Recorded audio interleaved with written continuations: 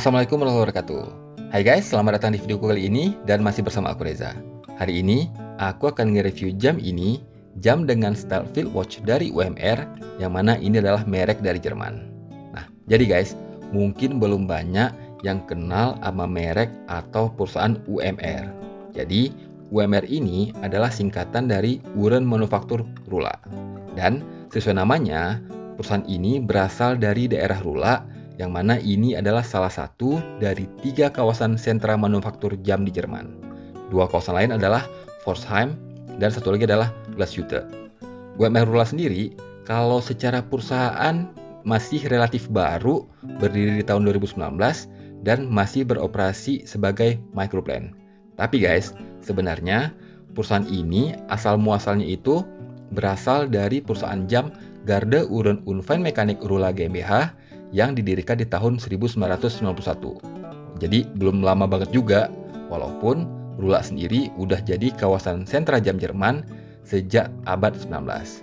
Nah, perusahaan Garde ini bangkrut dan sebagian besar asetnya diambil alih oleh Pointec, yang mana ini adalah perusahaan induk dari merek salah satu jam lainnya, jam Zeppelin. Tapi guys, di samping diakuisisi oleh Pointec, dibentuk pula sebuah perusahaan baru bernama Uhren Manufaktur Rula alias UMR, yang mana ini tetap melanjutkan konsep desain jam dari perusahaan Garde. Oh ya, ada juga perusahaan lain yang lebih tua bernama UMF Rula. Itu nggak ada sangkut pautnya sama perusahaan ini. Oke, jadi itu perkenalan merek UMR, dan sekarang kita bahas spek dari jam yang aku punya ini. UMR menamakan varian ini sebagai Rula Classic 32003.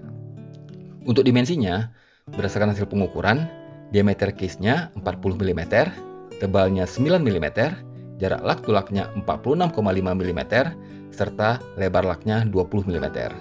Jam ini adalah jam quartz dan digerakkan oleh mesin Ronda 515 yang merupakan mesin Swiss. Nah, walau pakai mesin Swiss, tapi ini ada embel Made in Germany, yang mana artinya kalau sepemahaman aku nih ya, ini walau mesin dan partnya bukan diproduksi di Jerman, tapi minimal proses assembly jam serta quality control dilakukan di Jerman. Nah, untuk material case dan bracelet jam ini adalah full titanium, makanya jam ini enteng banget. Kalau linknya full nggak dibuang, maksudnya full nggak ada yang kulepas, itu beratnya sekitar 85 gram. Dan ini aku nggak ingat jujur aja berapa link aku lepas, tapi sekarang beratnya adalah 72 gram. Ini finishing dari case dan braceletnya bisa dibilang full brush, yang mana ini aku prefer banget style kayak gini untuk sebuah field watch dibandingkan kalau misalnya polish, yang mana kalau polish itu kalau kebaret bakal kelihatan banget. Bagian case backnya ini nggak ada exhibition, jelas saja karena quartz, dan ini tipe screw. Untuk rantai alias braceletnya ini udah solid link, terus juga solid end link, dan ini secara artikulasinya kalau misalnya ini lumayan bagus, jadi nggak bakal kaku banget, nggak bakal tergantung kalau misalnya aku taruh gini bakal cenderung agak jatuh. Lebar rantainya sendiri ini 20 mm di dekat laknya dan taper down ke 18 mm dekat clasp-nya, yang mana ini tipe press deployant. Tapi guys, sayangnya yang model kayak gini nih nggak ada micro adjustment. Oh ya, di clasp-nya sendiri ini ada engrave Rula. Untuk crown-nya ini tipe pull push biasa, nggak ada logo. Terus water resistant rate jam ini adalah 10 ATM alias 100 meter. Dan ini aku bisa bilang sangat mumpuni untuk sebuah field watch. Apalagi kaca jam ini adalah sapphire kristal, jadi aman banget dipakai untuk kerja lapangan. Untuk warna dialnya ini aku nggak tahu ya, agak sedikit beda di kamera sama kalau lihat langsung, tapi ini warnanya kayak hijau jamrut gitu. Dan di tengah-tengahnya ini ada sunburst effect. Indisinya sendiri ini adalah perpaduan Arabic numeral di posisi jam 4, 8, dan 12 serta sisanya adalah baton indices dan semuanya ini warna putih. Yang aku suka, jarum detiknya ini warna merah. Jadi ini nambah kontras di jamnya. Terus satu lagi, jarum detiknya ini cenderung kena sama marker-markernya. Ya iyalah ya, QC-nya alias quality control di Jerman, jadi memang harus pas kena markernya. Oh ya, jam ini ada lume, ini fotonya, tapi ini terang di awal aja. Ini aku coba bandingin sama jam Season Pro Master aku. Walaupun nggak adil ya ngebandingin sama Dive Watch, tapi ini sebagai gambaran aja, dan ini adalah sekitar hyperlapse selama 10 menit.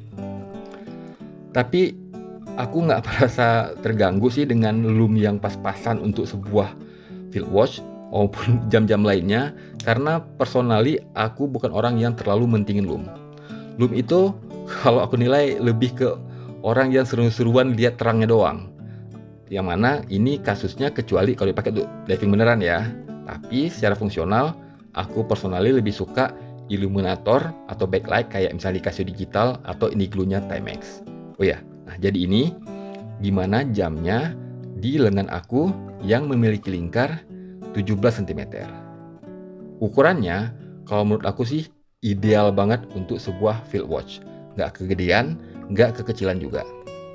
Dan kalau menurut aku, orang dengan lengan yang lebih kecil dibandingkan lengan aku pun tetap akan cocok pakai jam ini.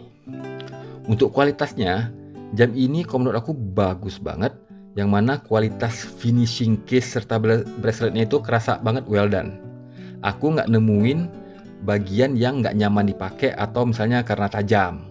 Terus masalah legibility-nya ini juga oke banget dengan indices warna putih dan dial warna hijau jamrut kayak gini, jadi kontras gitu. Yang mungkin aku bisa kritisi di bagian date-nya.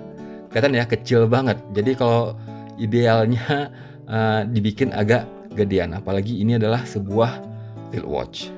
Tapi secara umum aku bisa bilang build up quality dari jam ini sangat bagus. Oh ya, jam ini juga bagus apabila dipasangin sama strap nilon. Ini aku coba pasangin ya.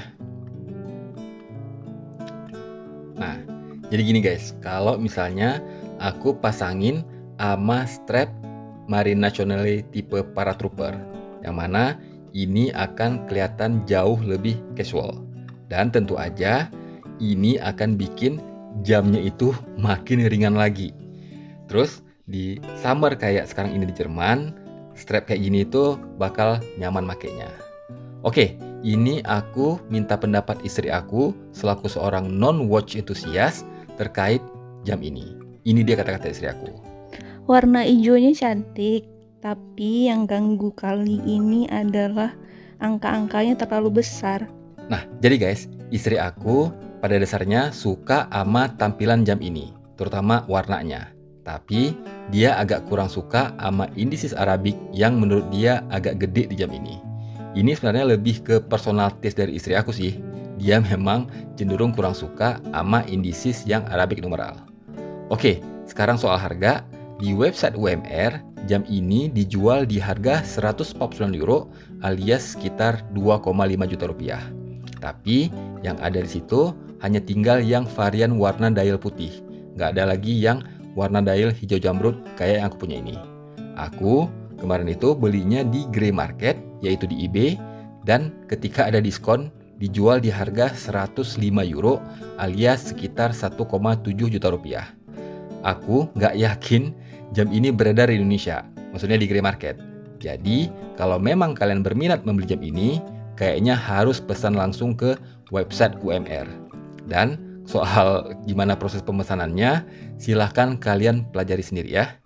Oke, jadi guys, dengan harga resminya, bukan harga beli aku ya, terus mempertimbangkan spesifikasinya, yang mana ini mesin Swiss, full titanium, safir, water resistant rate-nya 100 meter, made in Germany, serta build up quality-nya yang bagus, aku bisa kasih value for money jam ini excellent. Aku mempertimbangkan juga karena harganya ini masih di bawah harga jam merek dari Jepang dengan spek yang sama. Untuk harga di Jerman sini ya, bukan harga di Indonesia. Dan ini adalah merek Jerman dengan label Made in Germany. Walau merek ini kurang gitu dikenal. Oke guys, jadi ini reviewku untuk jam UMR ini. Silahkan tinggalkan komen apabila ada yang mau tanyain. Terus, buat kalian yang suka sama channel ini dan belum subscribe, jangan lupa untuk subscribe channel ini. Nantikan video aku selanjutnya. Stay safe and healthy. Aku akhiri. Wassalamualaikum warahmatullahi wabarakatuh.